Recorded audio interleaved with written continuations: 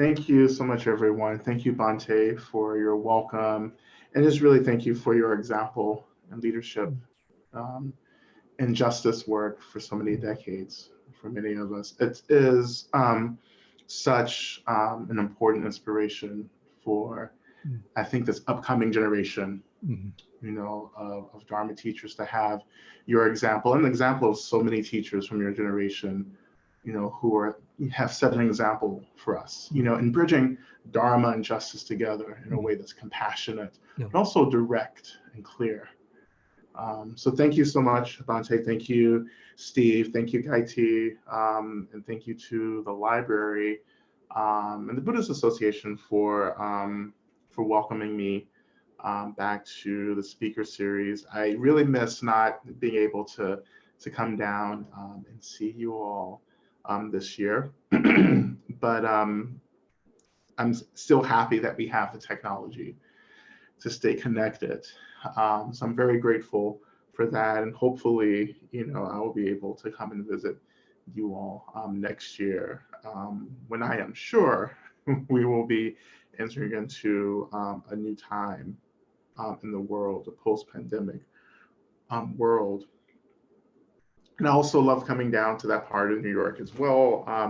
As I spent 5 years at Kagyu Tupting Sholing, which is they've changed their name now. It's Palpong Tupting Sholing now, and they changed their name after the passing of my root teacher, Lama Rod Rinpoche. Um, and I am currently not affiliating with my home monastic community right now, which I detail in Love and Rage in chapter 8. Um, just really exploring the circumstances around teacher-student abuse in my community, and the ways in which I feel that there's much more work to be done in the community before it becomes a safe space for me to return back to. So that's all very public now. But when I come back down to the Hudson Valley area, um, and I love just remembering the years that I spent training in there, and just remembering also the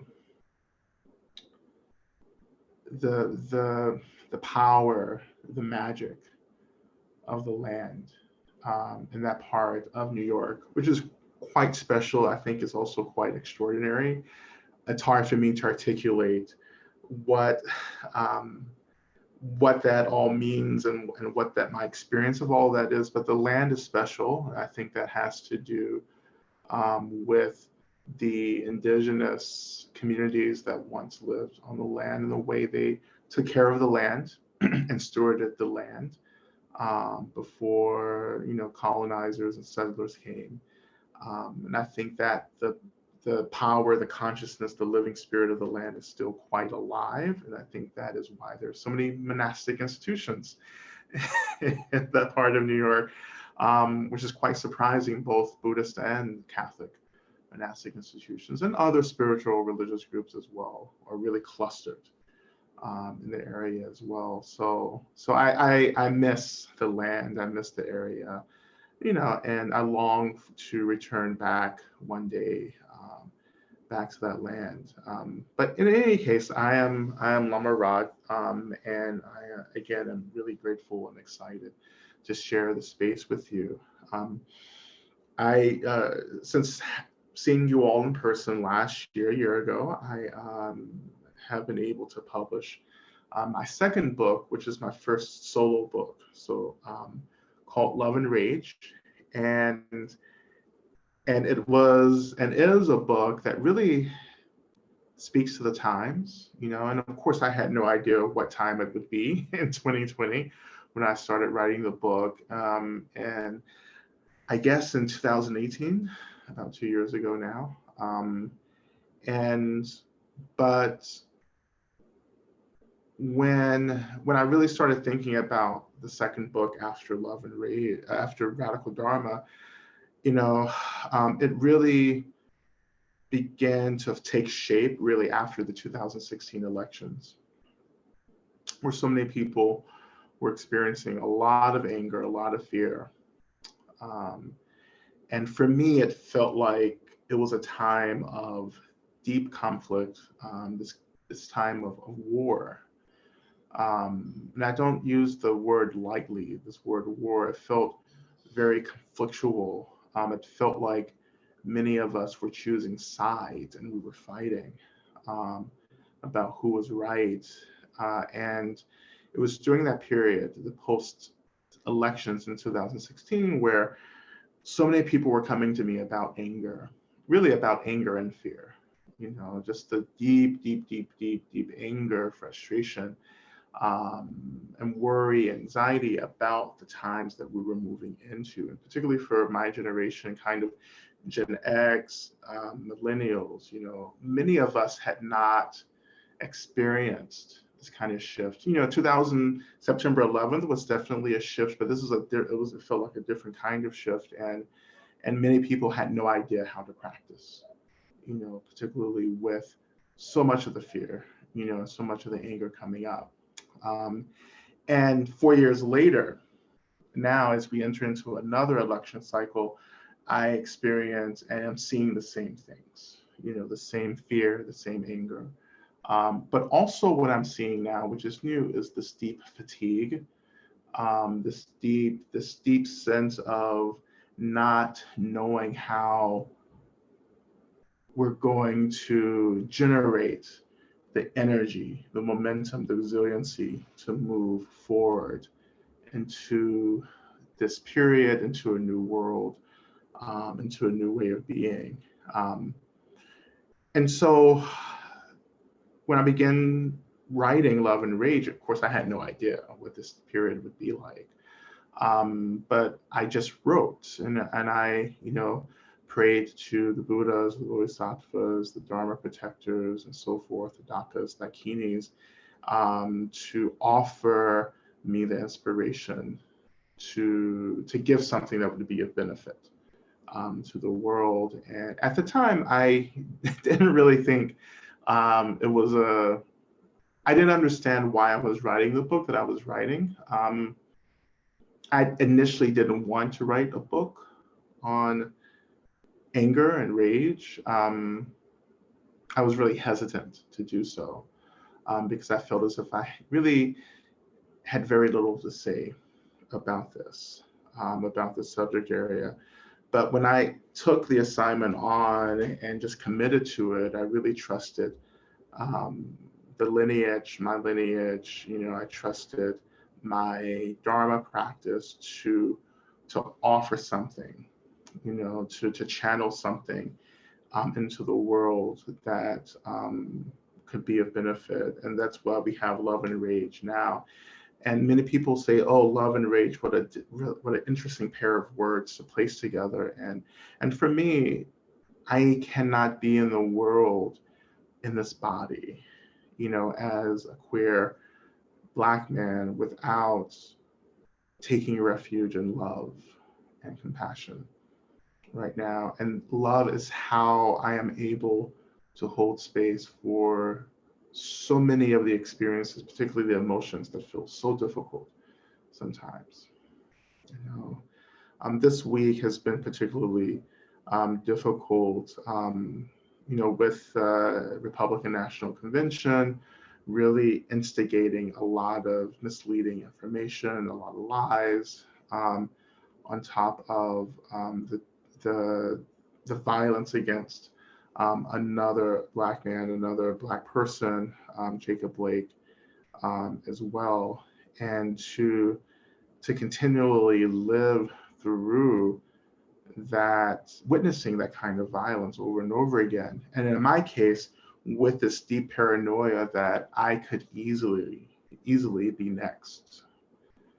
And that's a fear and actually a trauma that I live with every day. Each time I leave my house, and walk out into the world, or I walk down the sidewalk or go to the grocery store, that's always always the fear that I will be racially profiled and that I will be harmed in some way, only because of the internalized bias that those and power have around the color of my skin.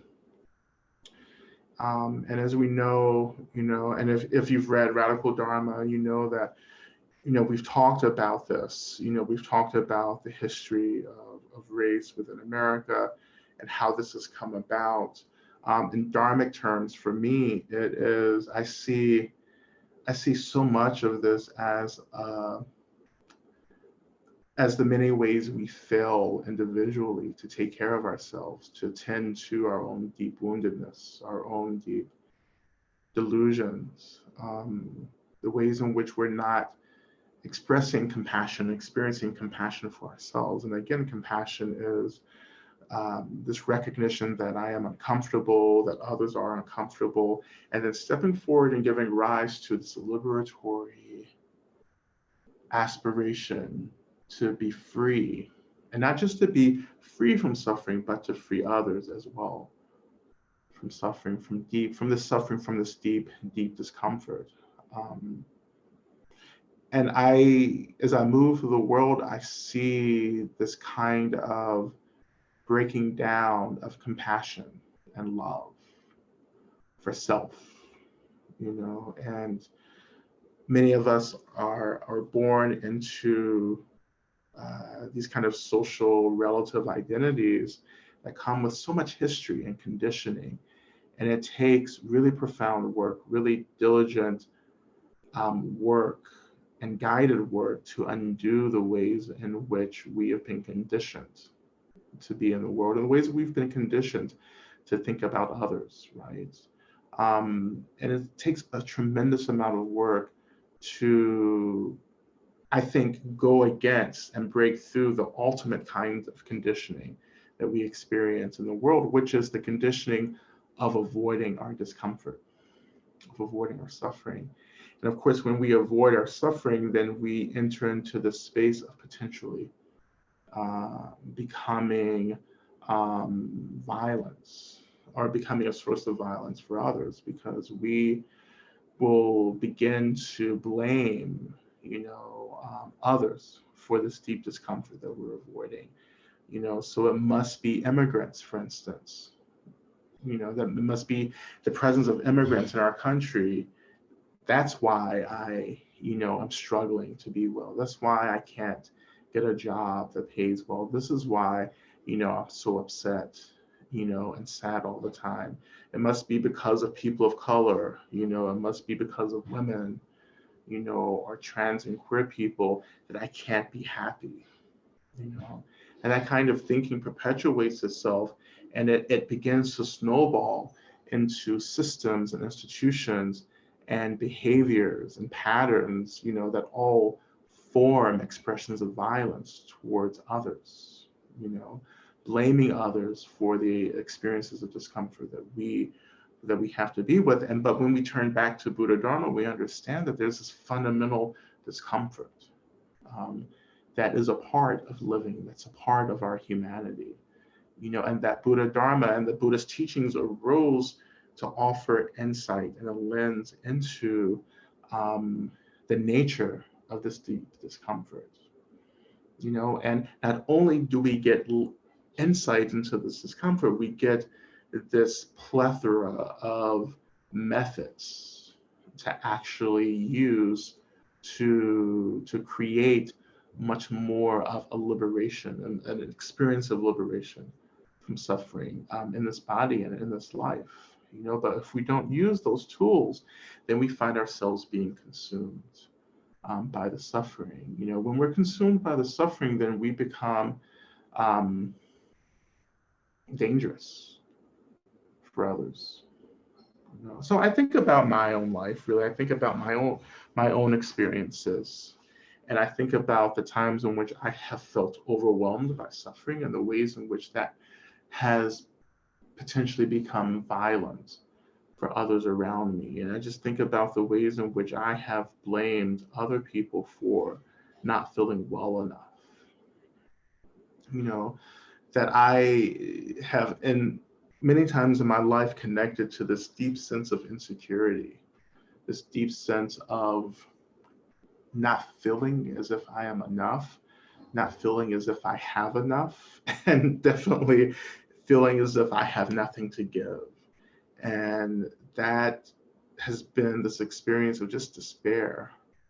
And I've have found myself blaming other people for that lack of despair. And yes, I can blame. I think it's important and necessary to understand that we are definitely born into systems that that make it difficult for many of us, so some of us, to get the resources that we need to be well, to have access to healthcare, to food, to water, to clothing, housing, to agency to determine our own future. We get barred from the agency to determine how we wish our bodies to be and our gender expressions. Um, we're born into situations where our governments begin to legislate, our private lives, how we use our bodies and what we use our bodies for, personal freedoms, and so we're born into these systems, and I think it's really important to name these systems. And when I name these systems, when I name systems like racism, and when I name systems like ableism, which is a system of power and privilege that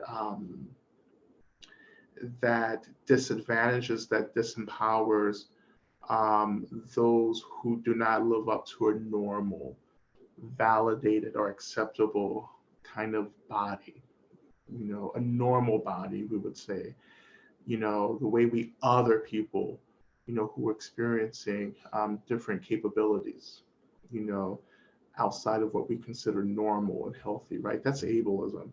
But ableism and patriarchy, and the misogyny that comes from patriarchy. Um, and so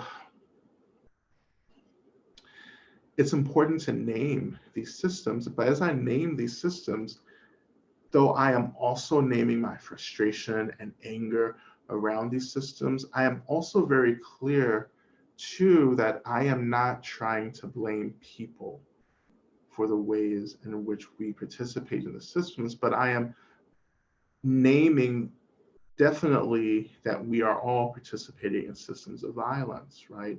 And that we have to do our work both individually and collectively to disrupt the ways in which we participate in systems that perpetuate violence for others, including ourselves, because I can easily participate in systems that also turn around and hurt me as well.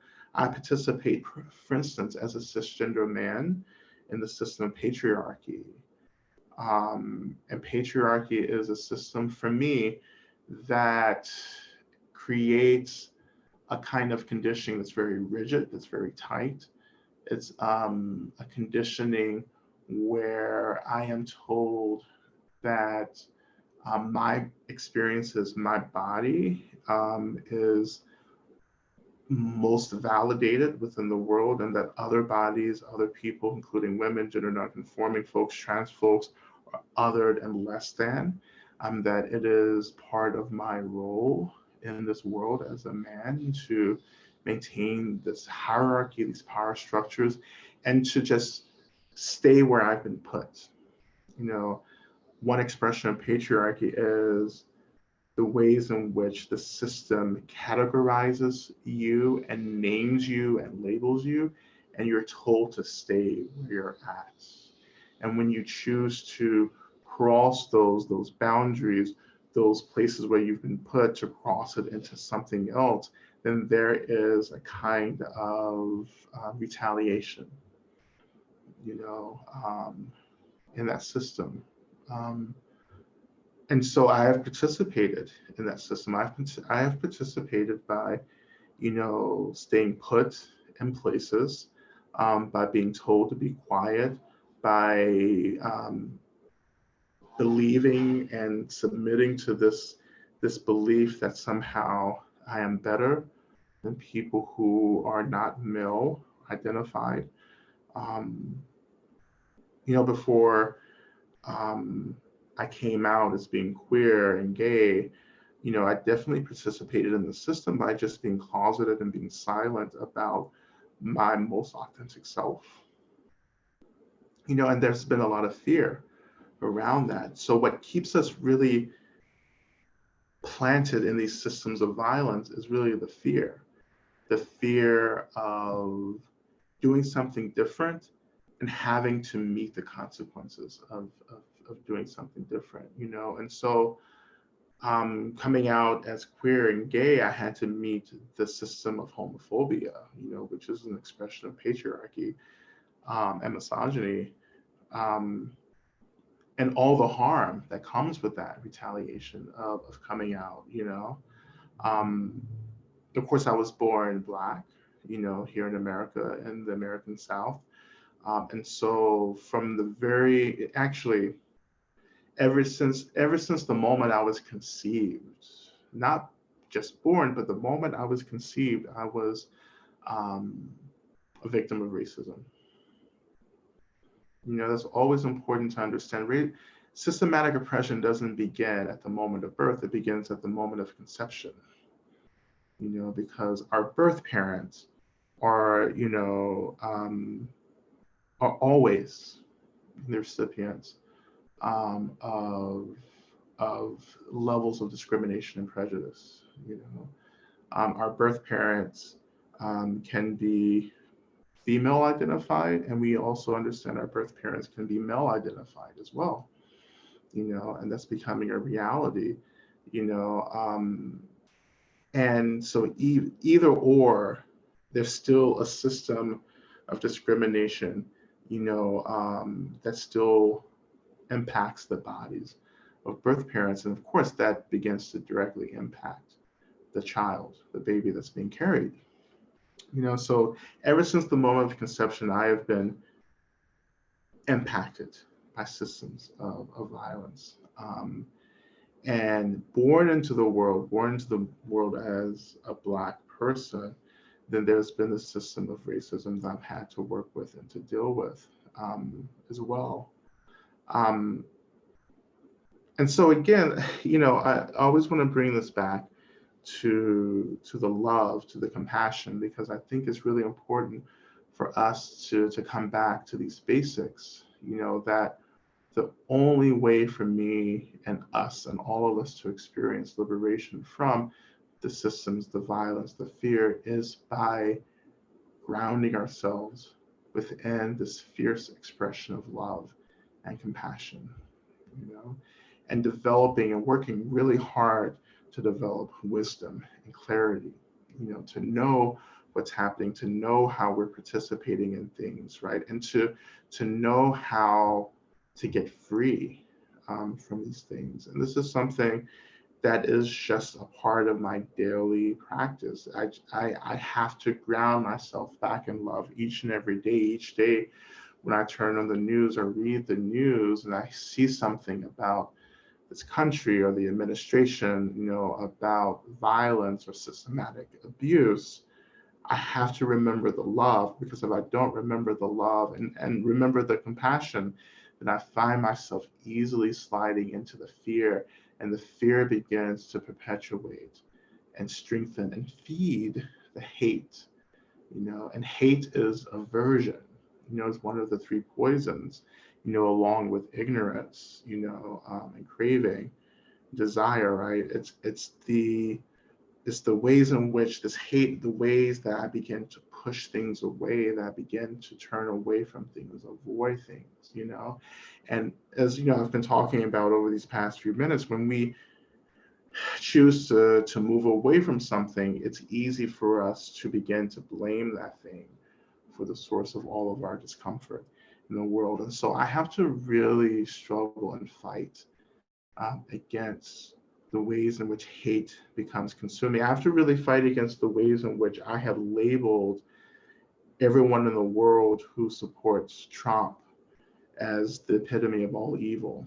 It's a very easy place for me to go, but I have to work really hard to understand that people who believe differently, who vote differently than me, are still human, that they are still people who are loved.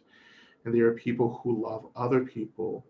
Um, One of the things that I've been really sitting with today as I sit here, this is my meditation space here, but as I sit here, I look outside the window here at the house of a family, and they're a family of Trump supporters.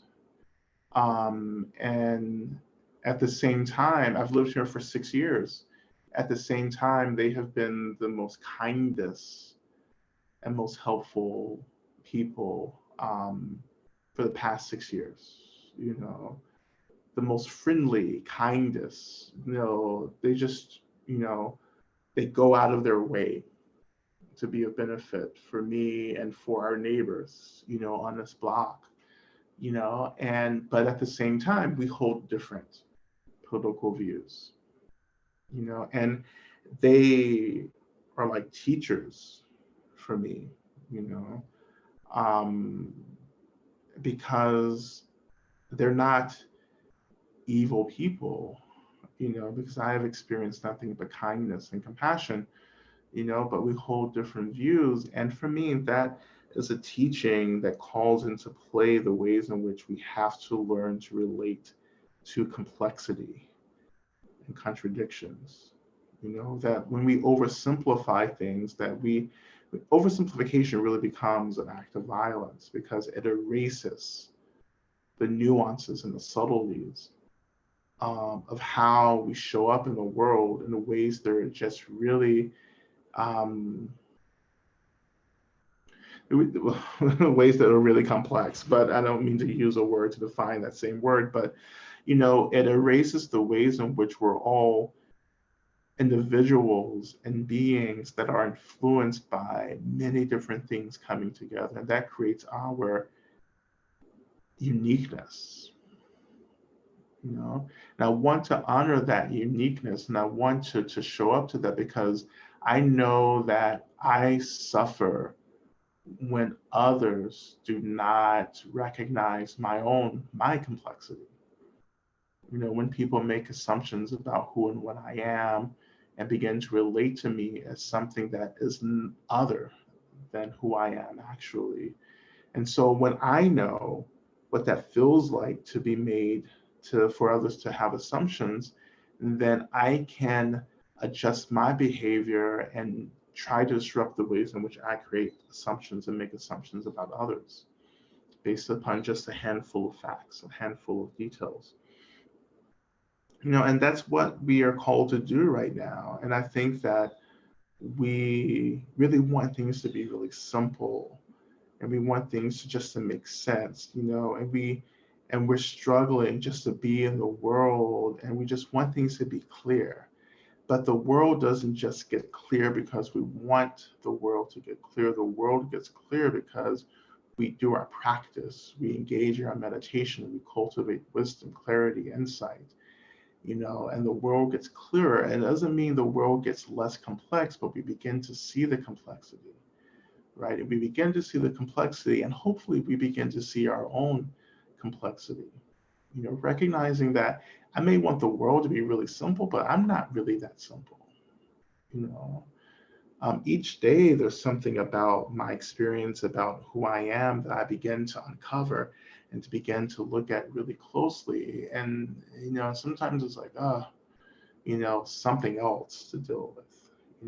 Our minds are like onions, so it's peeling back layers of onion over and over and over again. Even looking into our minds are layered with these experiences and with these levels of consciousness. And we're using our meditation practice to get deeper and deeper and deeper and deeper into the nature of our mind over and over again. But as we move into a level of mind, we also have to hold the space for the things that are really complex, that can be really painful, and I want, in that case, to take care of myself, to be kind to myself,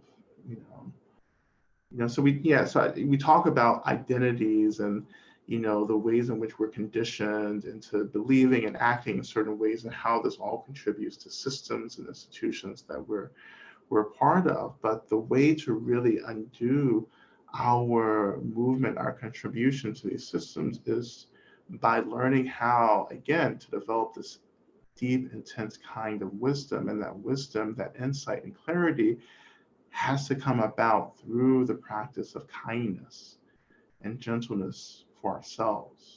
To be kind to ourselves as we move deeper into parts of our experiences that we may feel really ashamed about, that we may feel really afraid about, that we're just confused as to how these things are part of who I am. And Love and Rage. And I hope you get to read the book. Hopefully soon we will be able to release the audiobook I know many people would rather hear the audiobook. So that's hopefully coming in the next 2 months. It's already been recorded. And so it's being prepared to be released. But, in the book, what you'll hear or maybe perhaps read is that I think, well, in the book, I say that like I'm not interested in people being good or virtuous people. And that's a really complex teaching. And for me, what that means is that when I label myself as good, it makes it really difficult for me to see my experiences that aren't so good, that aren't so virtuous. And so instead, I no longer identify as a good person. I identify as someone who's trying to make good choices in the moment, choices that deepen virtue, that deepen a sense of what's ethically right and conducive for me to do. Essentially, making choices that are conducive to enlightenment, to realization. And so when I am just practicing virtue in the moment, then I have so much more space to see the ways in which I am not practicing virtue or goodness. And when I'm able to see those aspects of myself, I'm able to go back and hold those aspects of myself with a lot more tenderness, a lot more openness, gentleness, and that has been really the heart also of the work that I've been able to do, is learning that I can't get free and awaken and enlightened, nor can I change the behaviors that are harmful by beating myself up, by blaming myself, by shaming myself. That I have to recognize and notice, and then from there I have to move into the space of just holding myself in a way that's tender and gentle, and in a way that isn't perpetuating shame, but is allowing shame to actually have space. Shame deepens and grows stronger because we contract around the experiences of shame. And for me, shame is this deep fear, really, of being wrong, of being, of being marginalized, and cast out. So when I'm ashamed about something, I'm ashamed of being told to, that I'm not okay, that there's something inherently wrong with me. Um, and so to take care of the shame, I have to hold the shame in a kind of spaciousness where I'm able to notice the shame and allow the shame to be there. The space itself begins to care for the shame, that deep fear. This doesn't mean, that, um, well, this may sound like, oh, this sounds really easy to do. It's actually not easy. It's actually the hardest thing to do, because again, we've been conditioned to go head on sometimes into things, and we have to banish these parts of ourselves. We have to, in a way, exercise, cast out these parts of ourselves in a really like direct, intense, and often violent way. And that's really not the practice. The practice, when we begin to work with the mind, is to allow the mind to be as it is in the moment. And when we allow the mind to be there, we're actually learning how to see all of the expressions of the mind we begin to see the secrets of the mind, the nuances of the mind, the complexity of the mind. And I, in my practice, am just simply learning how to notice all of these aspects of my mind, including the thoughts and the beliefs that lie at the heart of these different kinds of systematic violences, the thoughts and beliefs of patriarchy and ableism and ageism, in my experience, which honestly can still be very difficult for me to see, to witness within my own mind. But I know at this point in my practice that the practice itself is first allowing these thoughts, these emotions, these storylines to just be there, to accept it. And that is a radical practice. Acceptance of the thoughts in my mind that can seem violent and overwhelming for others, including myself. I can't experience liberation from these things, especially fear, if I don't allow the fear and these other really uncomfortable experiences to be in my experience, to be in my mind, and also to be in my body as well. I have to allow it. And once I allow something, then I develop this tremendous agency and power to begin to transform these things that I'm not okay with. Of course, the same thing can be said about trauma as well. Trauma has been something in my practice that I've worked a lot with over really the past 20 years or so. And for me, the practice of working with trauma has been the practice of allowing my trauma to be there. When I allow this experience of trauma, for me, I experience trauma as energy bound in cycles, like it's a cycle of energy that repeats itself over and over and over again within my experience, both in my mind, as a mental psychic experience, but also within my body as a physical experience.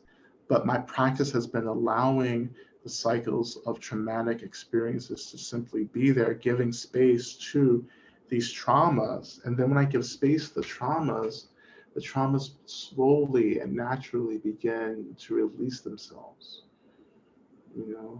For me, trauma is liberated through choice and space. So I give myself lots of space. I give the trauma lots of space. And in that space, I have choice and agency again. I don't have to be consumed by the trauma over and over and over and over again.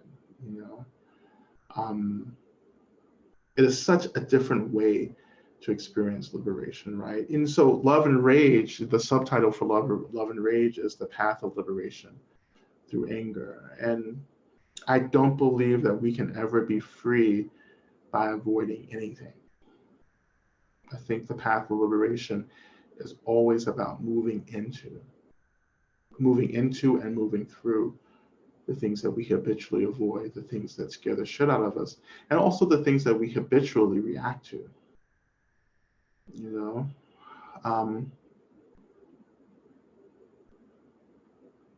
There's a children's story called The Bear Hunt, and the bear hunt, at least when I was growing up, was something that we always, talked about. It was like a little chant, So the bear hunt, it's a very interactive story where you imagine that you're walking through the woods, and you're looking for bears.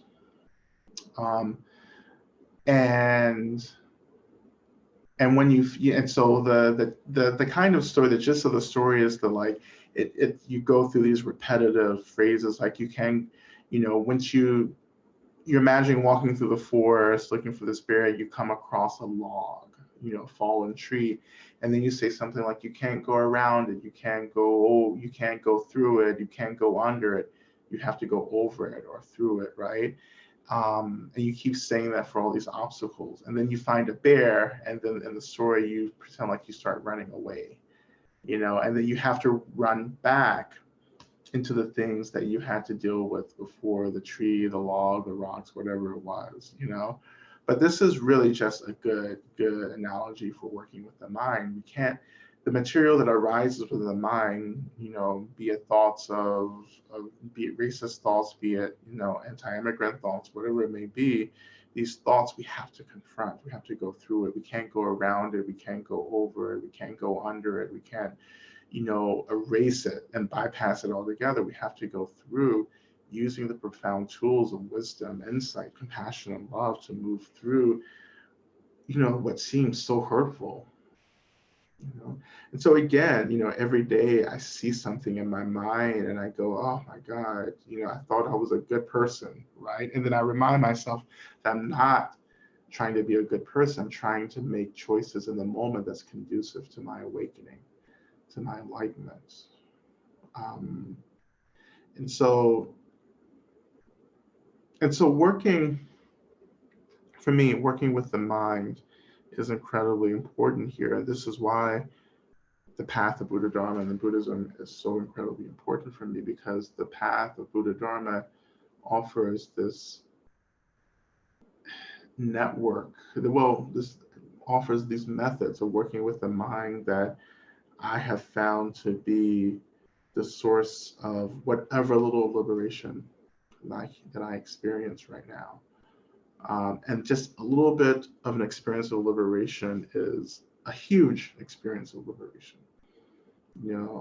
Before I became a practitioner, I was just really drowning and lost within fear, anxiety, within my own depression, within my own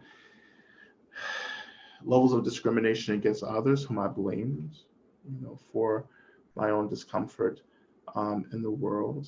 And when I met the Dharma, and I met the Dharma after having spent years as an activist, and organizing, working within a lot of different issues. I came into Dharma and it became a path that deepened my activism in the world, because it gave me a way to join this liberatory practice of working with the mind, with my deep belief that everyone should be free in the world, to have what they need and have access to the resources that they need to be well.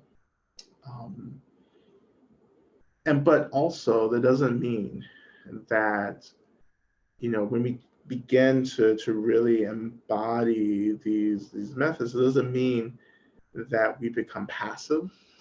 It doesn't mean that we become unfocused. It doesn't mean that we just become peaceful Buddhists. It means that we become concerned, that we become clear, that we become interested actually in violence.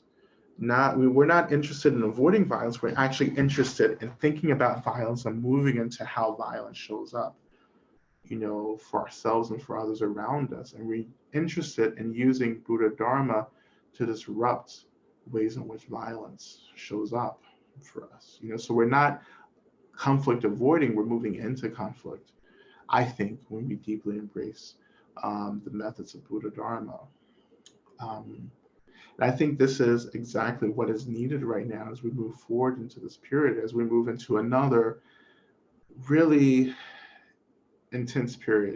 Again, this period of pandemic, this period of political, economic disrupt, this period of climate instability, this period where it seems so unstable. But we have to develop the courage through wisdom, love, and compassion to move deep into the nature of this conflict, and to embody what liberatory Dharma looks like for others around us. Dharma and Buddha Dharma isn't a proselytizing tradition. We're not necessarily people who are trained to go out into the world and to stand on the street corner and to preach the Dharma, or to do, other forms of like public outward facing, acts, but we can indeed embody the Dharma in a way that's just as strong and just as influential as standing on a street corner and preaching Dharma, to live a liberated life where we are holding space for ourselves and holding space for anyone who naturally comes into our space. That speaks so clearly, directly, and loudly um, to so many folks right now, and that can be our form of activism. And for some of us, our activism, we want to be activists, but maybe we're not being called to marches and to demonstrations. Maybe we don't know how to do community organizing. Maybe we don't get any of that, but what we can do is begin to look really closely at the ways in which we express violence for ourselves and for others, and to use Buddha Dharma to begin to disrupt um, these expressions of violence for ourselves and for others.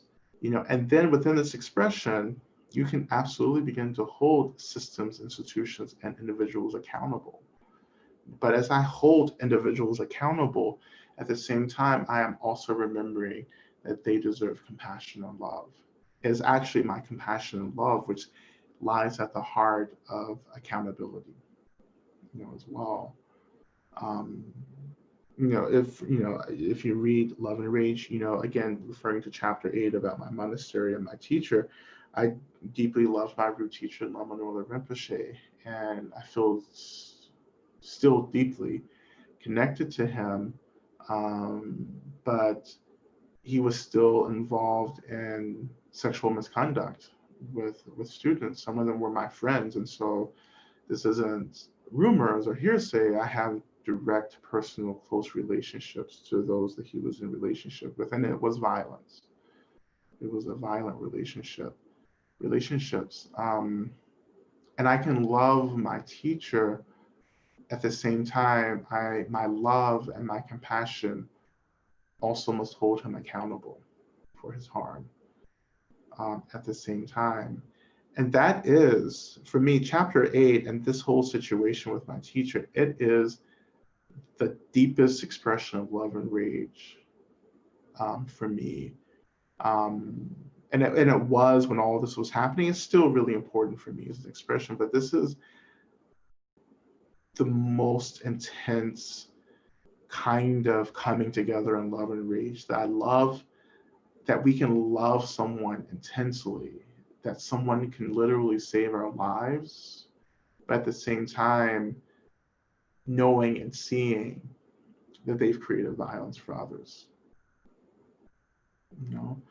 And for me, that has been, over the past several years, this has been the catalyst for such a deep spiritual maturity, to come into this kind of complexity. And I wish this complexity on you. I wish that we can meet these complex, nuanced, subtle experiences in our lives and in our relationships with the audacity to be in relationship to complexity. To have the willingness and the audacity to move into a space of deep discomfort, because it is within discomfort that realization begins to arise. There's no growth in comfort, but when we move into discomfort, we begin to experience a deepening. Particularly too, when we move into discomfort, holding these issues, I want us to move into this discomfort with a deep sense of consent as well. I want us to consent to the discomfort. And for many of us, we're gonna be uncomfortable regardless, right? Absolutely, I am uncomfortable regardless of what I do, right? But what I've had to learn was to, as I am having to deal with the reality of discomfort in this body, I also had to learn that I wanted to also consent to this. I wanted to say welcome to this discomfort as well. I wanted to say, here you are, there you are. I want you to be here with me, to share the space, to hold the space. And for me, that has made me such a much more complex person. It's made me a kinder person. It's made me a more loving person. It's made me a more empathic person. I understand many more experiences of those around me now. Like my world isn't centered around my experiences now. I can displace or decenter the sense of I, right? And begin to hold the space for the experiences of countless other people around me. And I can say, oh, I get that. You know? So this also brings me back to my neighbors, you know, where I can say, you know what, I get it. Now, I get why you hold those views. We all want to be happy. We all want to avoid suffering, and we're all working on different levels of delusion. Now, this doesn't mean I'm not calling them deluded, because I'm also deluded as well. I'm also struggling in the lack of clarity, right? So I think that I'm always right and I'm always on the right side of things, which is not true. Sometimes I make wrong decisions thinking that they're right decisions, until I have a moment of clarity. But then again, as we've been talking about, there's always such an intense level of complexity being in the relative, that things are always shifting and changing. And sometimes what was right today will be wrong tomorrow. And we have to develop a certain level of wisdom and clarity that helps us to adapt to the changing nature of everything. And so I get how difficult it is to understand, to figure out what is conducive to enlightenment and realization, what is the right thing to do and what the most ethical thing to do, because these things are always shifting.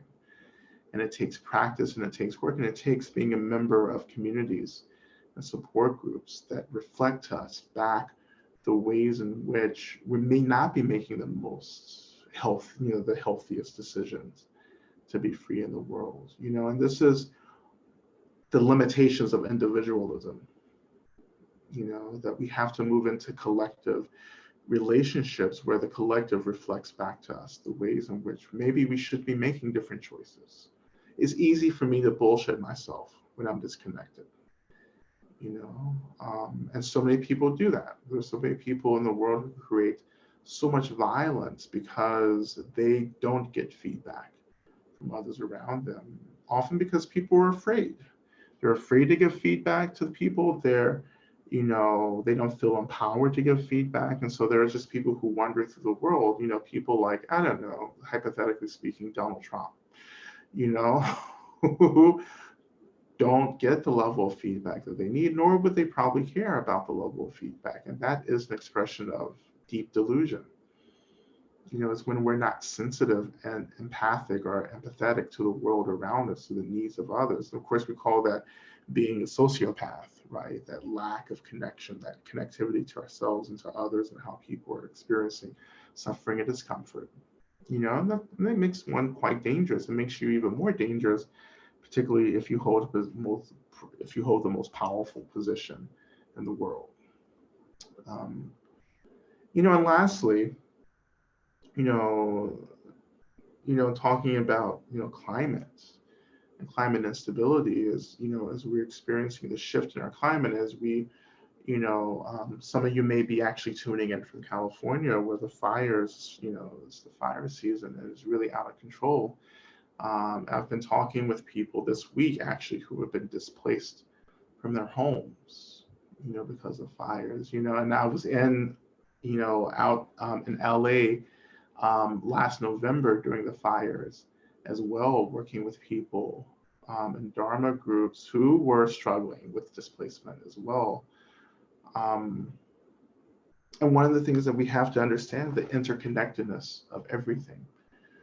So the work that I am doing on these, for instance, the work that I'm doing around patriarchy and my experience actually is part of a system of ways in which I'm disrupting my participation in other ways of creating violence, especially for the environment, because ultimately what I'm trying to do, ultimately what I'm trying to do is move into a place of deep empathy, of deep adaptability, of deep connectivity, first to my body, And my body and my system of practice is an expression of the earth.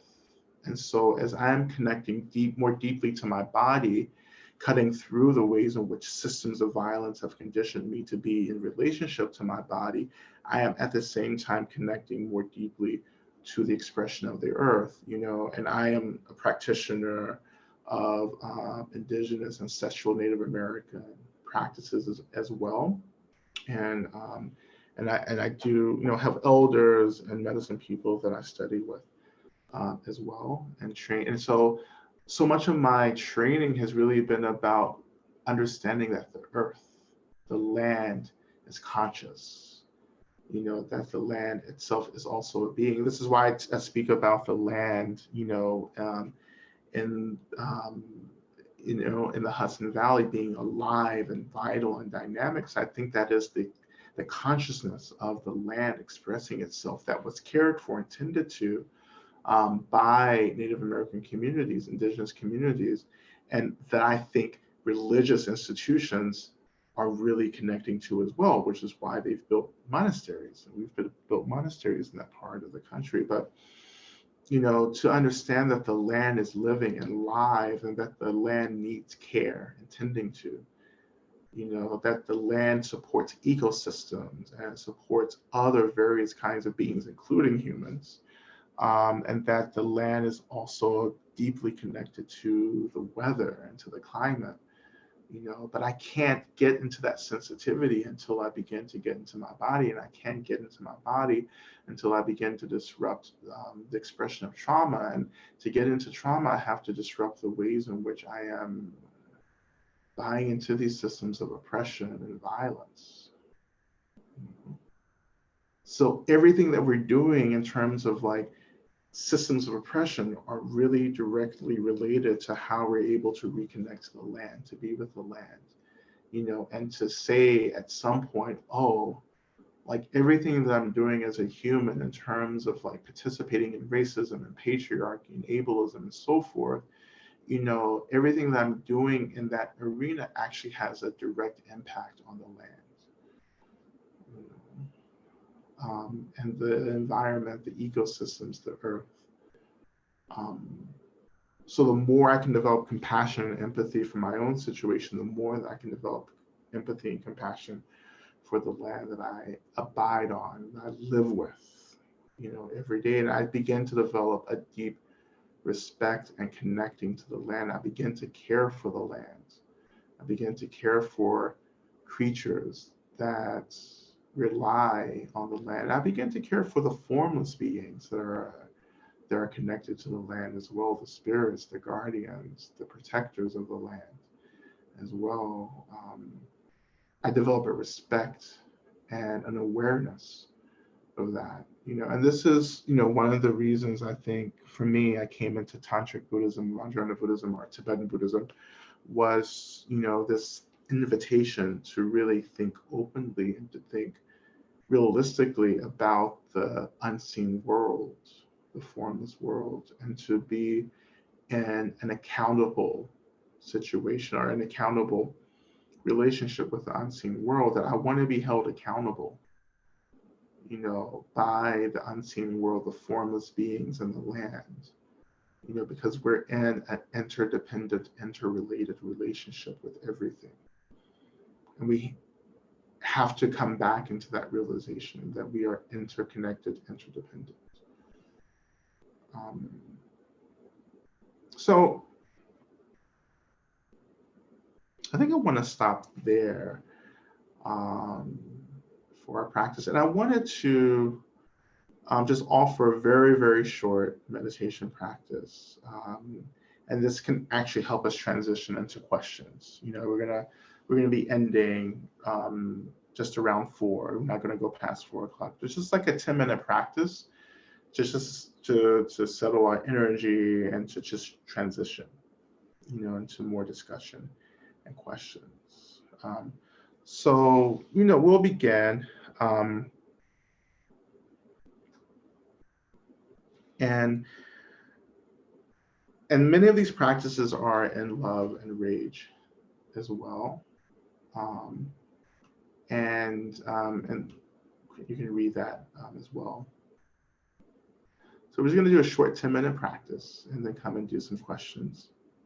Okay, so let's begin just by allowing your body to come into a position that feels appropriate just for 10 minutes of practice. So allowing your body to be in any way it needs to be. And I love to just like check in with my body if I can, and to see if this is something that is sustainable for practice.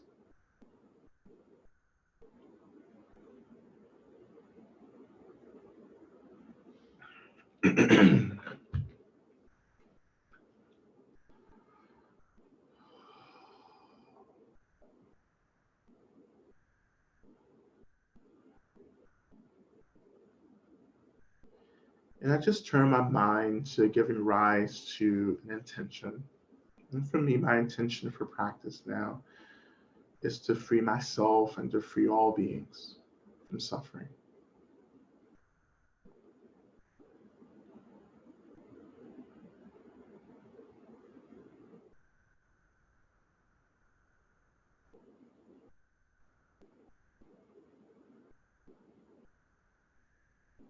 And if you're able to, I invite you to turn your attention to your heart center. The heart center is right in the middle of the chest here. And the heart center is this energetic part of the body, which is related to empathy, compassion, love. The heart. As I turn my attention to the heart center, I begin to just give rise to cultivate gratitude. And I cultivate gratitude just by remembering, reflecting on all the ways in which I am taken care of by the seen and unseen kindness and labor of countless beings. And I allow this gratitude to begin to awaken within the heart center.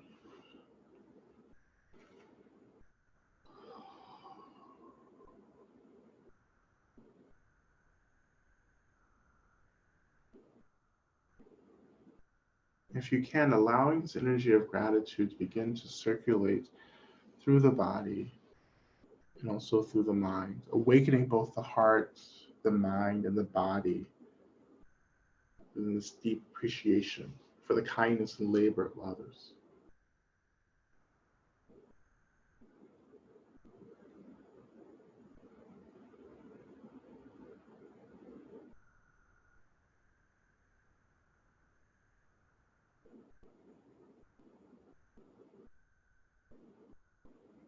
And so I shift my attention to my seat now. And I invite you to join me and then just beginning to notice the weight of the body making contact with the seat. The sensations of the body making contact with the seat, using those sensations as an anchor.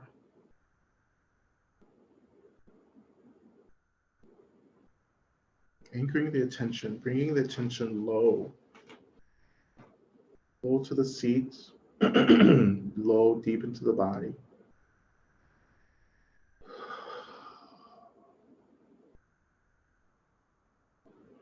In a way, letting the sensation of anchoring take care of you.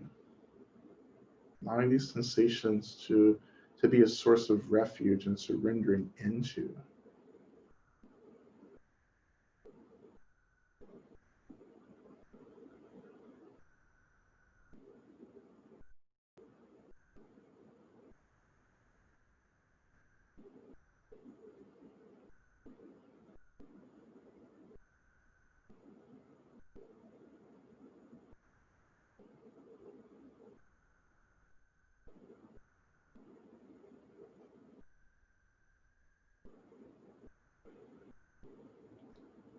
Now, if you're ready, allowing our attention to actually sink even lower, touching into the earth.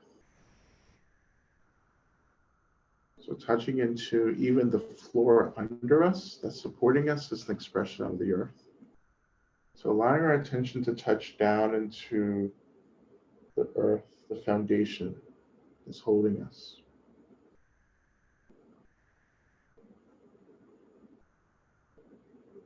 As our attention touches down into the earth, I wonder if you know the indigenous ancestral name of the land that you're practicing on. And if you do, in your mind, just calling the land that you're practicing on by that name, remembering this name for the land.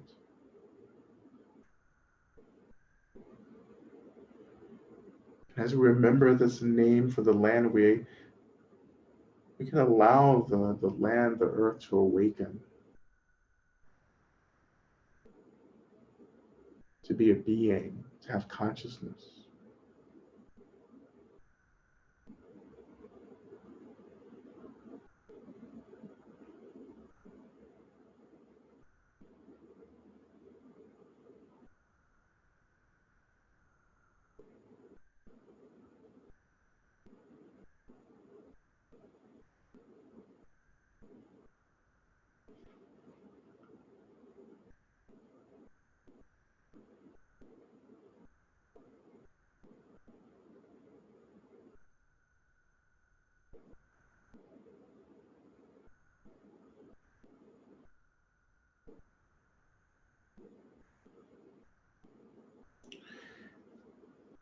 Now I invite you to shift your attention into your mind, beginning to notice thoughts and emotions, what I call the material of the mind.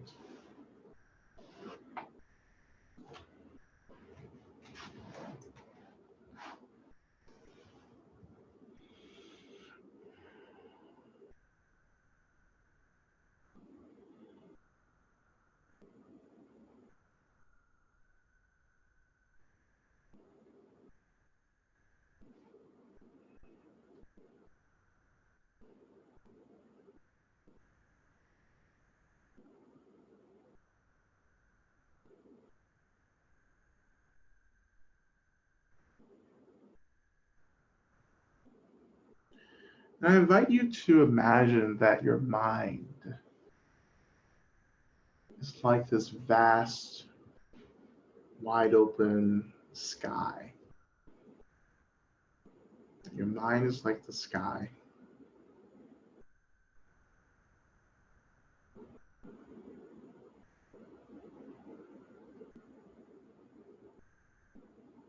Limitless, expansive, clear.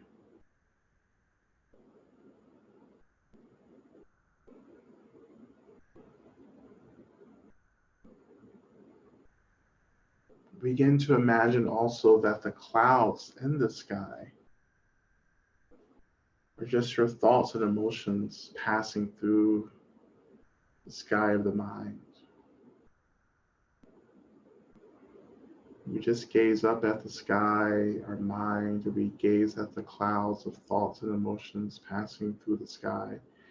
We just notice, we just let them float through the mind, letting go of fixations and attachments,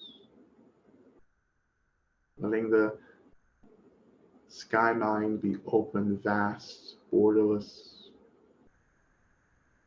letting our clouds of thoughts and emotions have lots of space and room just to flow through.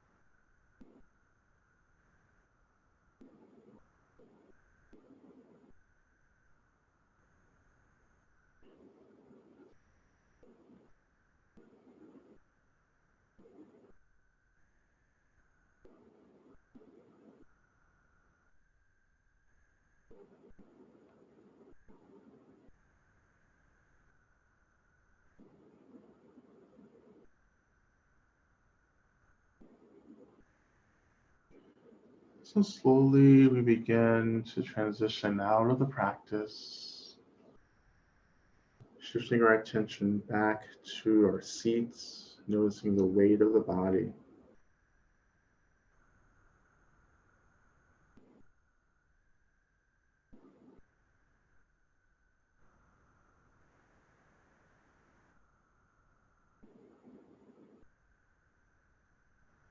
We shift our attention also back into this energy of gratitude. We just begin to imagine that we begin to share this energy of gratitude first down into the earth, thanking the earth, the land for supporting us, for taking care of us. We share gratitude with our bodies for being vehicles for our realization and enlightenment. We share this gratitude to our breath and to our breath for supporting us, sustaining our life.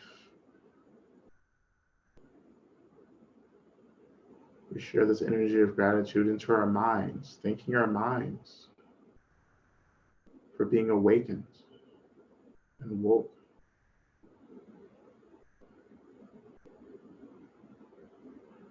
We share this energy of gratitude with this virtual community that has assembled for this talk today. Even though we maybe have never met anyone in this space, we offer this gratitude back into this virtual space, connecting to all the beings here, thanking them for holding this energetic space for each of us to be here.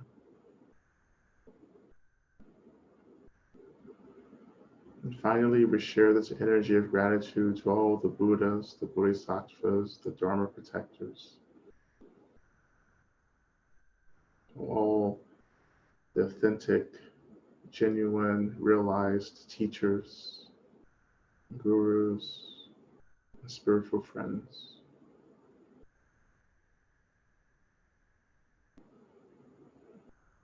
And lastly, we begin just to dedicate the merit of its practice to the liberation of all beings.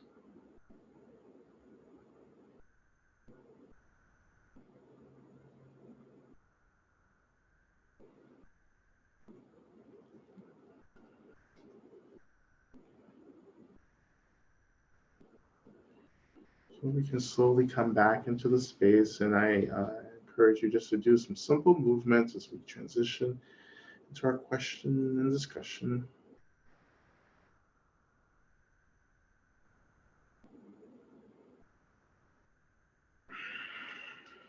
Gently waking up the body.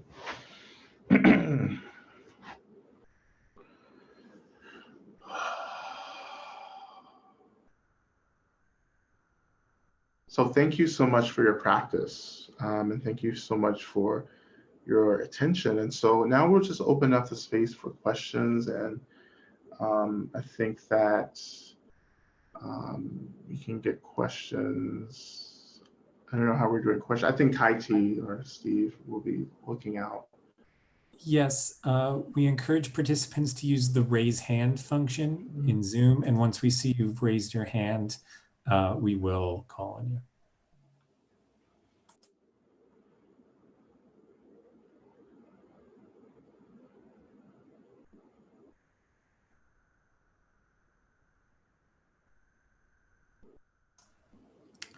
In the meantime, I did get a question via the email from a participant who preferred not to speak up. Okay. So this person asked, when doing meta, how does, I'm sorry, when doing meta, how does one hold space for those we disagree with? For those we do not, with whom we do not share the same values, to say the least? Yes. How do we see the image of these people and yet genuinely feel loving kindness? Yeah. No, for me, I just think about the people that I disagree with who have different political views, for instance. I just think that they're also people too, and they have families, and there are people that they are people whom are loved, and they're people who they're trying to make the best decisions that they can make. Um, it helps to soften my heart in meta practice. Also, I reflect on the ways in which I've been extremely wrong about different things and the ways that I thought I was right. And and that's helped me to have a lot of tenderness, openness towards others who I disagree with as well.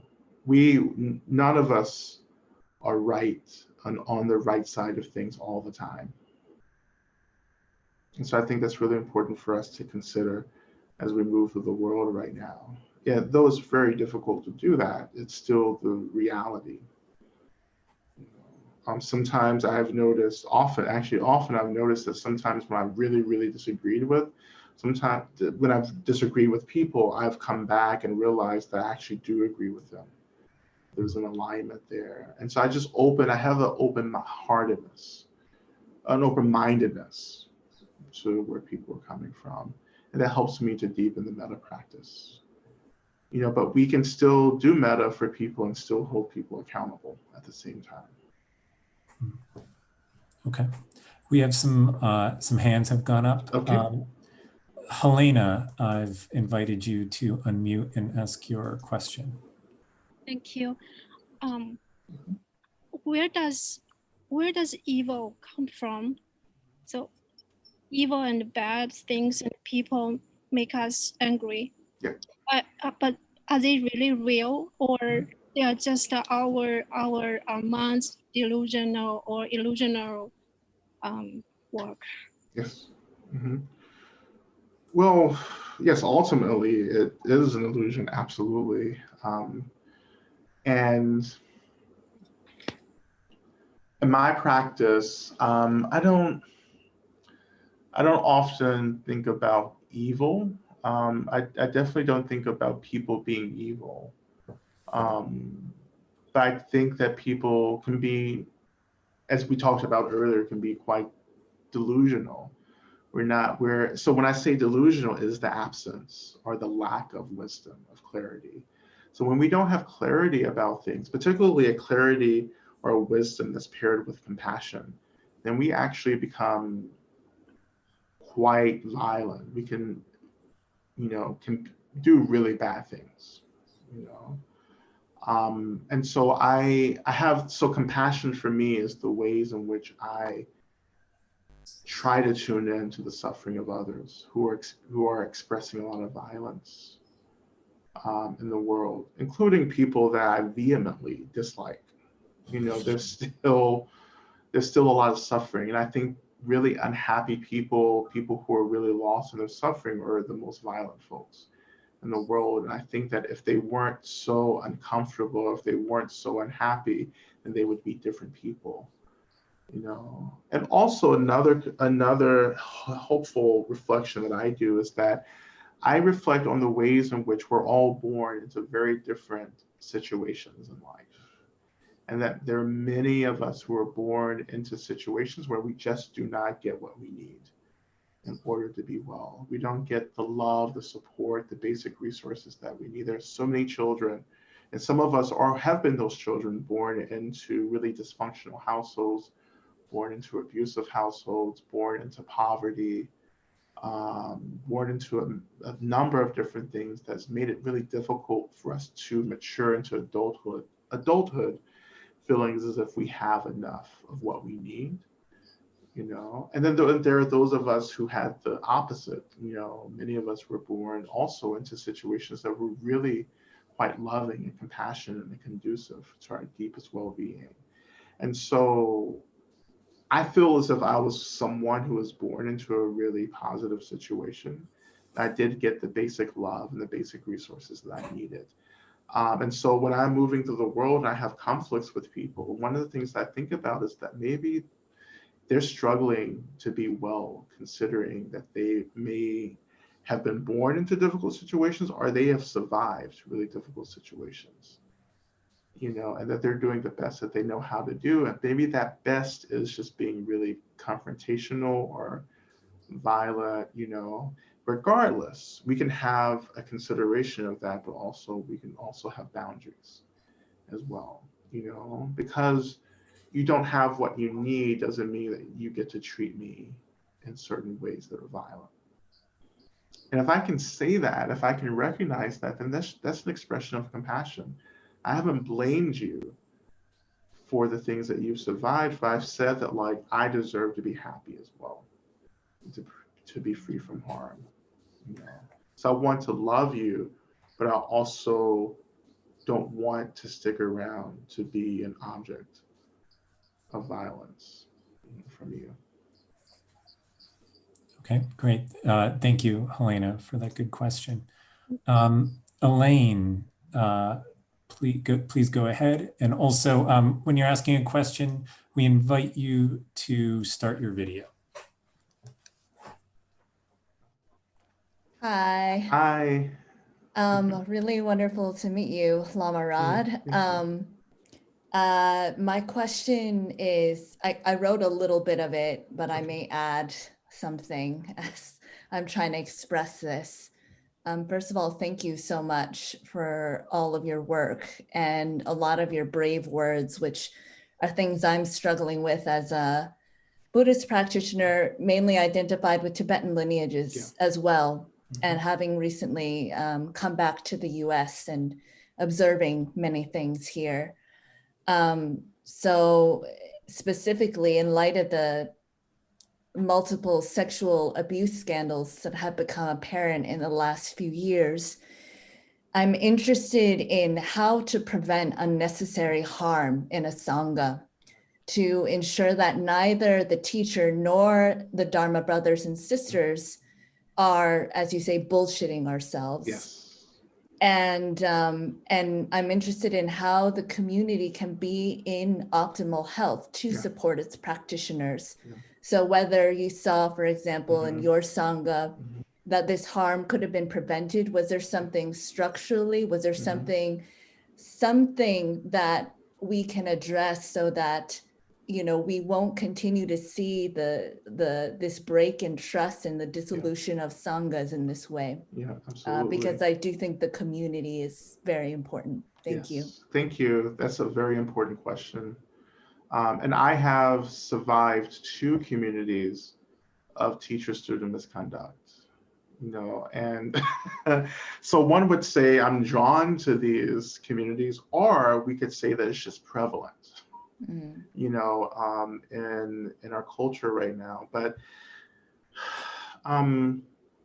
accountability structures are really important, and so I have a Sangha now, it's called Bhumi Sparsha, and we spend a lot of time around accountability, and decentering power and hierarchy, and that's key.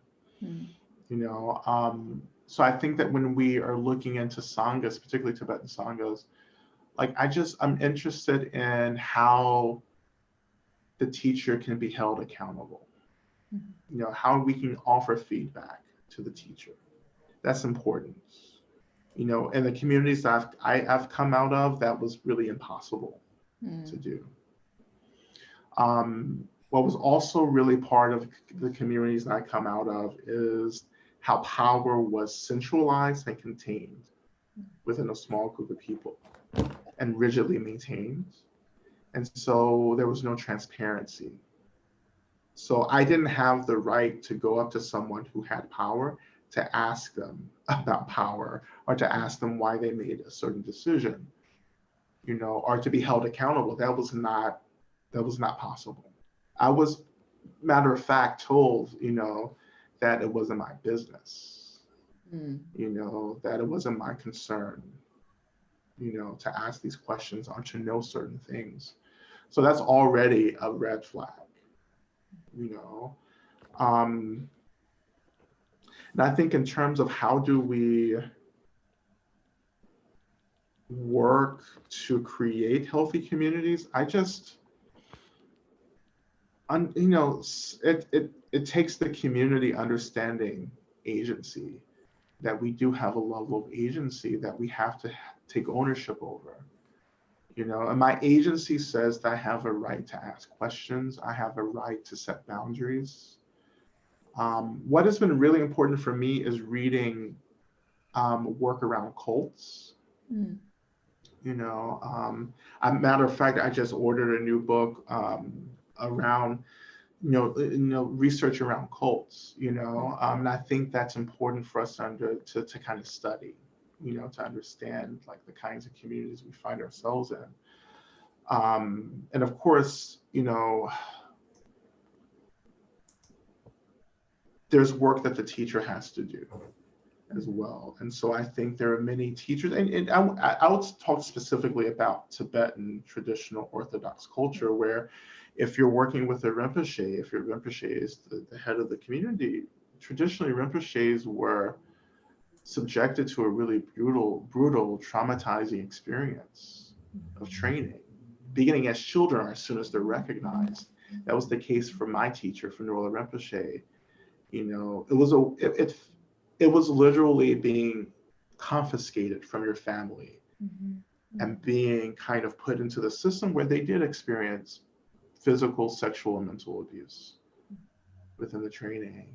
And of course, that's going to create trauma that will be unaddressed and unrecognized as they take their position as a leader of a community. So this trauma means there are unmet needs. And if you've been a monk since you were 5,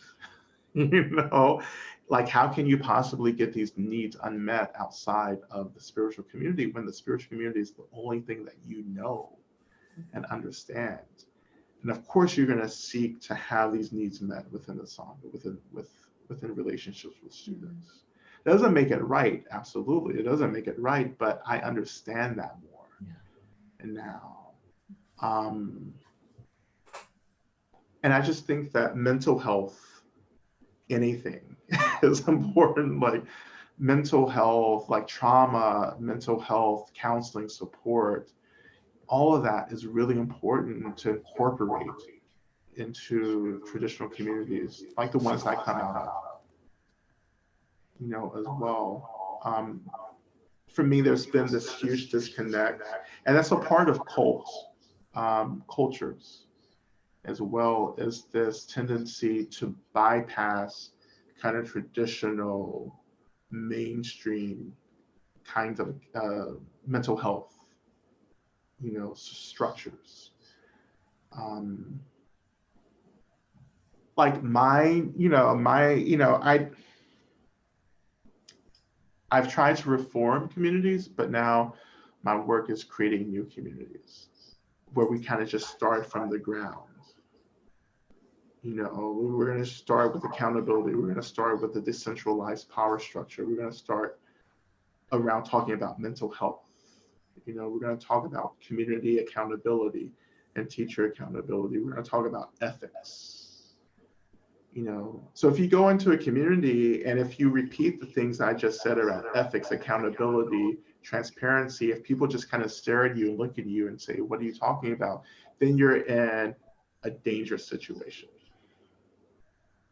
Like I bet that there is a level of violence happening already in that community. Okay. Yes. No, sorry, I don't want to rush you if you want to keep going. I'll just lastly say this. I think an authentic teacher, regardless of their level of enlightenment, an authentic teacher is supposed to be, particularly in Tibetan culture, this is Tibetan lamas, they're supposed to be mirrors for us. They're not supposed to absorb, being venerated and worshipped and adored. They're supposed to reflect back our own innate ability and agency to get free. And when you're absorbing that veneration, that means that you're trying to fulfill unmet needs. Okay. See you. Go ahead. Mm-hmm.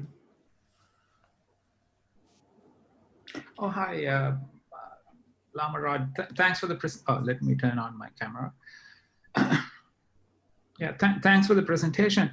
Hey, I don't know whether this has a right or wrong answer, but I wanted to see if you had thought about this moment.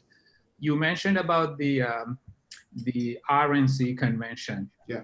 And I actually didn't get to see any of that. And on the hindsight, I feel actually very lucky because I did not necessarily get aggravated with any untruths or anything. So I was wondering for the next 2 months or so, how about we just disconnect from this news cycle? And most of this news is actually kind of media amplified. Yep. And it's not like we have any power to do anything other than actually go vote. Yeah. So why don't we just disconnect Mm-hmm. and just wait for the moment to pass? Yeah. And afterwards we figure out what we need to do. Yeah. I don't know whether this is the right solution, but what do you think?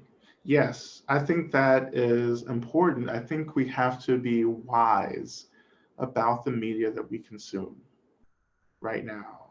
And I think we need to be selective. And I do that as well. I read print or just electronic, media, and I only watch journalists and learn from journalists who I know are doing an incredible amount of intellectual labor to report the news. Not sensationalizing, not adding opinions, but they have an incredible level of intellectual integrity that they bring to the work. And so I limit all of my consumption to those areas, So I think that's good. And I think that it's really, I know people who are just addicted to media, to the news, and that's not healthy as well. And I think that it comes out of a lot of anxiety and fear about the future, And one of the things my teacher would say too, is that whatever happens, happens, whatever comes, comes. I don't need anything at all. And that really helps me to turn back into my practice of holding space for everything.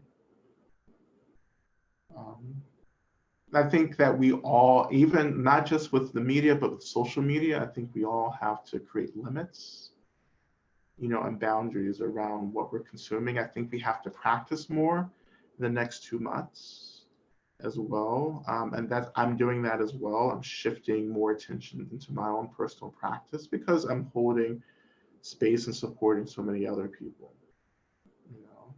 I think as teachers and advanced practitioners or serious practitioners, this is the work that we're being called to do the next 2 months, is to hold the space by grounding ourselves deeply in our own practice.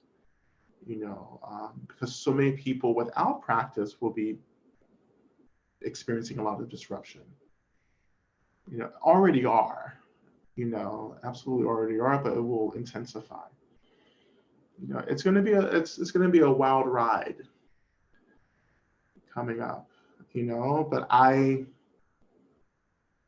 think this is why we practice, and I am grateful for being able to live and to be in the world right now, because I just feel like this is why I practice, is to take care of people and to take care of myself. And I'm also, a part of me that's really excited to test the depth of my practice as well. Like, how intense can it get, for me, and regardless of the intensity, how much of that can I hold in my practice in a way that's open, tender, compassionate, and loving, and clear, and wise.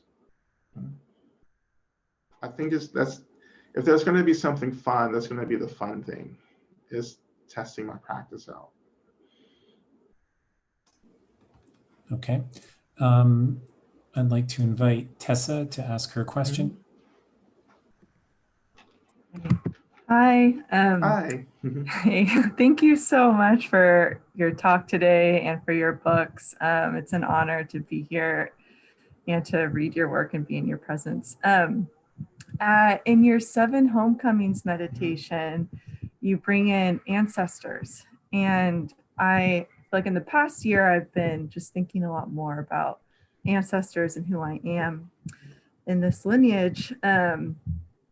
And I am just really struggling with bringing in my ancestors, knowing that they perpetuated and were victims of different systems and forms of oppression. And I'd just like to get your advice on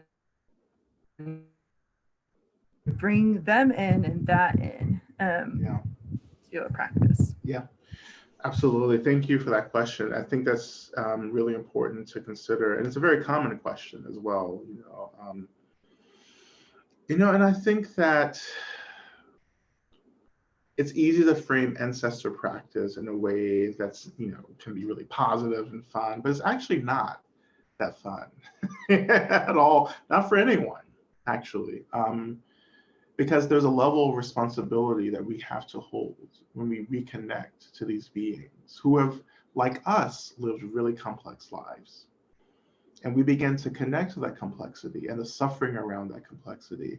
And so when I began formally doing ancestor practice and adding it into the 7 homecomings, I had to really expand my capacity to hold this comfort. Because I was doing a lot of cleansing of my ancestral line through my body, through my mind, and through these practices. And that's what we take on when we do it. Yeah, and there are other great things that happen. Absolutely. I feel when I am connected to my ancestors, I feel whole. I feel grounded. I feel like there are beings who are helping to direct me in the directions that I need to go. But I'm also taking responsibility for the ways in which they also need their unfinished work to be worked out through my body. And so there are ancestors who do not want us to be well, who do not want to honor this kind of connection. And those are the ancestors that I invite to stay away. But then there are the ancestors who are really wanting to be free, who are wanting to be liberated, who are really suffering. And through compassion, we can hold space for that to a limit as much as we can.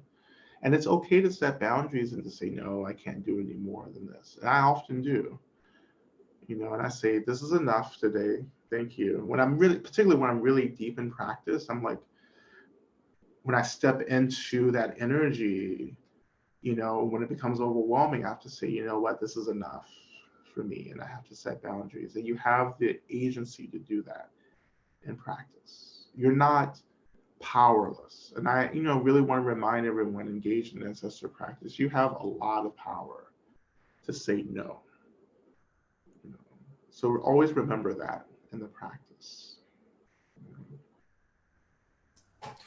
Okay. Yolande, go ahead.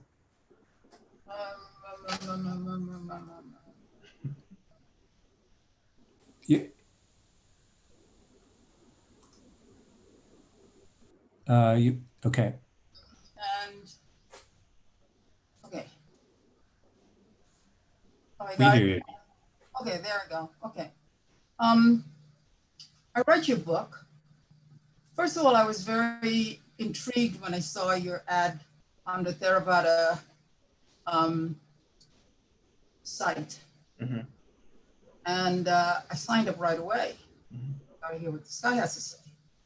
And I read your book, and I read it very slowly and very carefully, because a lot of the questions that you're asking yourself now and the experiences that you're feeling are experiences that I have been, and questions I've been asking myself through my whole life. I wanted to be a monk when I was 9 years old. My parents thought I was nuts. So that was it. Mm-hmm. And I have not gotten around to getting there yet again. So maybe next lifetime. But there's always been this internal need to be there. Do you understand what I mean? Yes. Mm-hmm. Mm-hmm. I was very impressed that you had the boldness and audacity to write that book. Do you understand what I'm saying? Yes. Mm-hmm. It's with love. Yes. And so I take my hat off to you. Yeah. I have so many questions about the book and about your experiences, which merge and are passed through mine experiences. You know, understand what I mean? Yep. It's like Absolutely. we mirror each other. That I think it would take another program. So I suggest you get another program. Okay. But right now, I have some other questions that I'll try to go through. You said you studied with Sogyal Rinpoche? No, I didn't study with Sogyal. I've sat with him, but I haven't studied. I didn't study with him formally. Well, it's interesting because I was trying to listen very carefully to the word you were saying before Rinpoche to see if it was Sogyal. Norla Rinpoche. Okay. Norla Rinpoche is my root teacher. Sogyal Rinpoche had the same situation happen with this group. Mm-hmm. And it's very interesting now that you tell me it was not Sogyal Rinpoche, because I studied with Sogyal Rinpoche for several years. Mm-hmm. And being most of the time the only person of color in the group, it was very, it was tough. But I was determined to sit it through.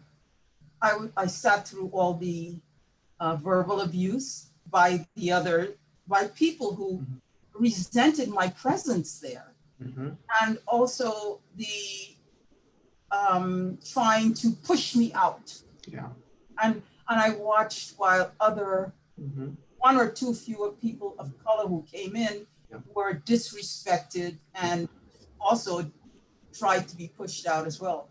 And so that made me stay because I knew what I wanted to learn. I knew what I wanted to find out.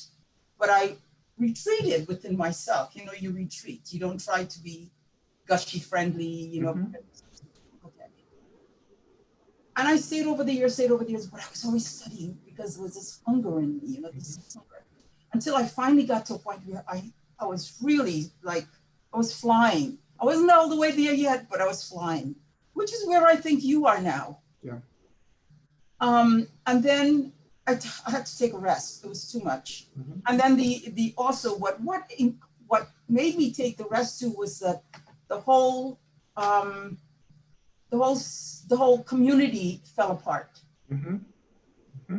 Now, when it was falling apart, they sent out all these questionnaires to us, asking us, "What do you think was going on? What do you think?" And my feeling was that Sogyal Rinpoche was experiencing what looked to me like, what do you call it, that people get when they're older and they get very... Like dementia or... Worse than that, there's the one that's really bad. Alzheimer's. Alzheimer's. Because I had a family member that experienced Alzheimer's. Mm-hmm. And it seemed to me that that was what he was experiencing, but nobody wanted to go in that direction or to check it out. Yeah. But I was not allowed to be involved, so I went my way, you know. But I have not found that there are communities of Black Buddhists or Buddhist color that I can assimilate with, not just on an outwardly level, but in a spiritual communion, which is what we're always seeking. Yeah. I've gone to the Chinese, I've gone to the Koreans, I've gone to Zen, and it seems that most of the people of color are in the Zen school. Right. I don't know why that is, but it's not where I started, and it's not where I am. So Right. I talk to them, I'm friendly with them, and I'm glad they're there. Yeah. Believe me, I'm glad they're there. Mhm. I even thought we should do a Buddhist for Biden. Mm-hmm. Does that exist? Doesn't, does it? Okay, well, anyway, so those are the things I wanted to say to you. Yeah. And we talked about several things. We talked about people experiencing their pain, Mm-hmm. but I always like to link mine up to attachment. Yeah. Mm-hmm. You know, my need for that. Yeah. Because Right. that's, we don't think of the fact that we're junkies. Mm-hmm. Mm-hmm. I'm sorry to interrupt. Yulan, do you have a question for Lama Rod? Because we do have some other people with their hands up. Well, I'm asking the question. This is the question. Okay. The question is, when you were doing your talk, Mm-hmm. didn't touch on that aspect of it, and I want to know why. You touched on it in a very, we have to meditate, we have to do this, but Mm-hmm. I think I'd like to know why is it that even the Zen community does not go that deep Into attachment. into attachment, craving, Yeah. and seeing the relationship. Yeah. Mm-hmm. Well, and I think for me, it was just, I think I was implying the attachment in the talk. And so I didn't necessarily name it. I did name a little bit of it, you know, desire, craving. But you're absolutely right. There's the heart of so much of this is the craving, the attachment, and the relationships from that. Yeah. And also, you know, it's just craving and desire isn't all wrong either. You know, I think that like my ultimate craving is to get free, you know, and I have to get into that. If I'm going to be a junkie around something, it's going to be around getting free, and I have to put a lot of energy in that. So there's a balance that we have to maintain with all of this. You know, it's not the complete getting rid of everything, but it's about bringing everything into balance and having space for everything to be in our experience. You know, and that's all I'm trying to do is to do the balance. You know, to have cravings, but to know that to enter into full enlightenment, that's when I have to let go of the cravings, to let go of the attachment, is to step in over that threshold into this full awakening. But until then, I'm learning how to balance everything, you know, really skillfully. But I'll just also say really quickly, I know we have a couple questions. I think other traditions of Dharma are really accessible for people. You know, I think when you get into Vajrayana Tibetan Buddhism, it can be kind of tricky, particularly for Black folks coming out of Christian traditions. You get into this tradition of Tantric Buddhism, Tibetan Buddhism, where you're talking about all these deities and these rituals and the shamanic practices, and I think that can be really off-putting for folks, you know. We don't see a lot of Black folks in Tibetan Buddhism, but of course, I'm trying to change that, you know. And so, you know, if you want, check out my community, bumisparsha.org. It's a very different kind of tantric community, but we do, you know, we're just really beginning to take form now. So Bumisparsha, BHUMISPARSHA, and that's bumisparsha.org. You can just go to our website, look at our offerings. We do Mahamudra and deity practices, protector practices, community building, formation things, accountability, all kinds of stuff that we're developing. So take a look at that. And it's not for everyone. It's very different. You know, we're not traditional Tibetan, we're American Tantra, you know, and we bring in different spiritual traditions together, you know, not just Tantric Buddhism. So anyhow, so that's that. And well, thank you so much for that question too. Thank you for your experience. And it's not too late to ordain. So maybe. And so I think there's one more question I'll just ask, I'll just take it really quickly, or we can end. Sure. Simon, go ahead. So thank you, Lama. My question is that, can you elaborate a little bit how effective we can do with our hatred? Because this is kind of big question, because when we turn outside, the whole system is injustice. Yeah. When we face the whole system, it's kind of injustice. So we use a demonstration, we use a lot of voice, yeah, and turn into a violent. But on the other hand, you also mentioned about going inward, to cultivate our compassion. But at the same time, as you said, we have so many Sangha communities. Those are very experienced leaders. They have been doing the meditation, compassion for years. They even teach people. Right. But how could that happen if you have been doing this compassion for over years, even you are a teacher, you're still doing these things. Yeah. So my question is, how do you actually doing with this hatred? Outside, you turn to the violent. Inside, you kind of, as you were push yourself, thinking that the compassion will work, but it doesn't. Yeah, and so thank you. That's a really important question. And so the first part of that, the inside work, we can bypass anything in the practice, and I can do that too. I can do that, but I have to be held accountable by my teachers and my community. I have to have someone that I can check in with and to say, okay, this is what I'm doing. And I need someone to have the audacity to offer me feedback and to say, oh, Rod, you really need to go back and focus on this, and that. So a lot of these teachers don't have those relationships, and again, as we were talking about earlier about coming into communities and creating accountability, one of the things that I need to see from teachers that are the heads of the communities, I need to see them in relationship to their teachers. I don't take on a teacher for myself unless I know that they are somehow being held by a teacher above them.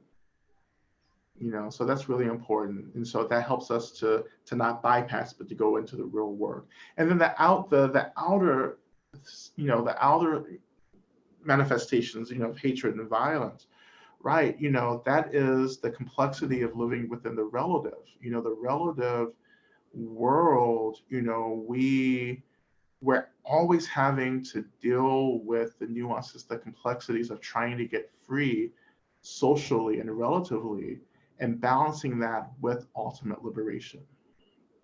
For me and my kind of positionality, I believe in both. I believe that social liberation and ultimate liberation are really important.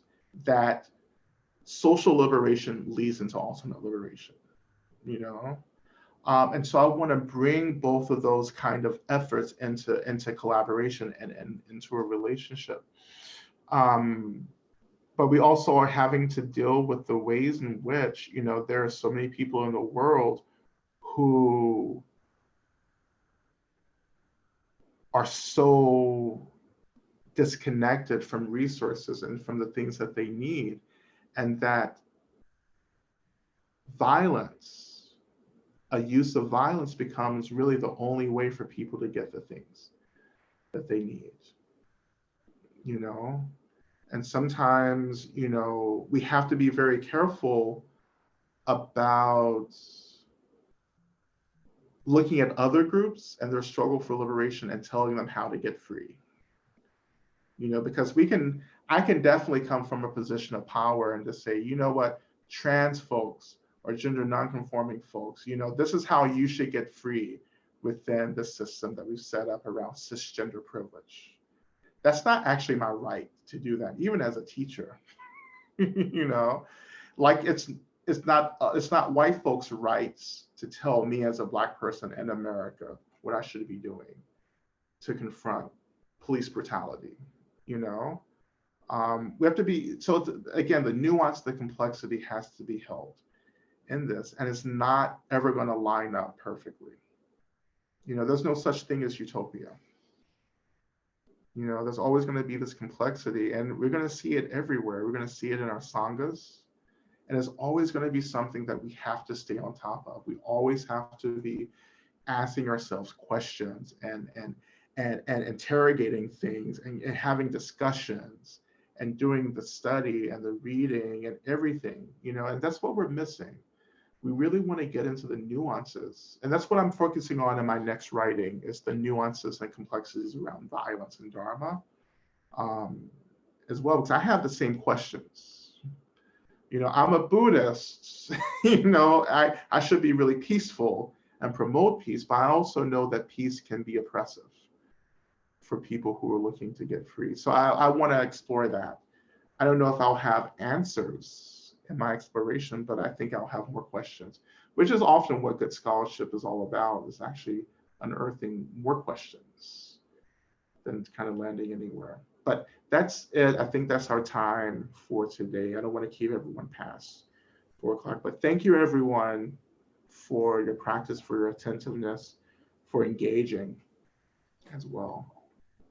Yeah, thank you, Lama Rod. This has been excellent, very worthwhile for all of us. I just want to make a few announcements before we close. Yeah, let me just also thank Lama Rod. Oh. I really appreciated the talk. It was really very, very wonderful, very insightful, very helpful for many people. Thank you, Bhante. Thank you. Okay, Stephen, please continue. Sure. So normally at an event like this, we would offer participants the opportunity to contribute dana to the teacher, a donation. We can't quite do that right here, but we encourage all of you, if you wish to do that, to go to Lama Rod's website, lamarod.com. And you can do that there. Also, if you wish to contribute to the Buddhist Association of the US, just go to baus.org. We also want to let you know that the Wuju Memorial Library now has an ebook platform. And it's free and open to everyone. If you go to baus.org, you can find the announcement on the homepage, and there are the links to sign up for a library card if you're not already a member.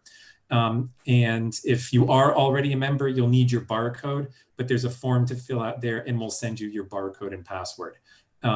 So I encourage you, if you're not a member of the library, go there and sign up. It's free. The librarians at the Wuju Library have curated a collection of Buddhist and Buddhist-related books, ebooks, available for download. We also have Lama Rod's books available.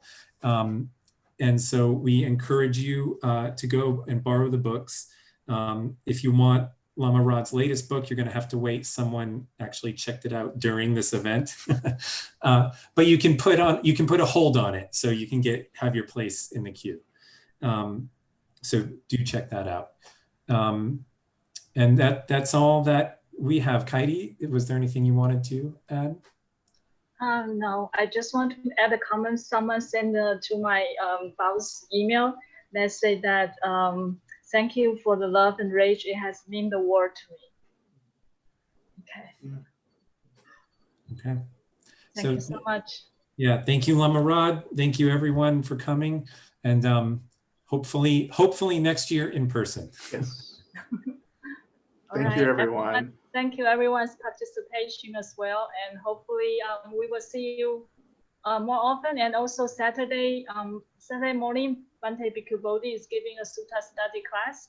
If you have time, welcome to join the class. And Wednesday and Sunday evening, we have the meditation section. All this information can be available on the BAO's website. All right, thank you. Thank you, Steve. Thank you, Lama Rod. Thank you, Bhante. Yes, thank you, Bhante.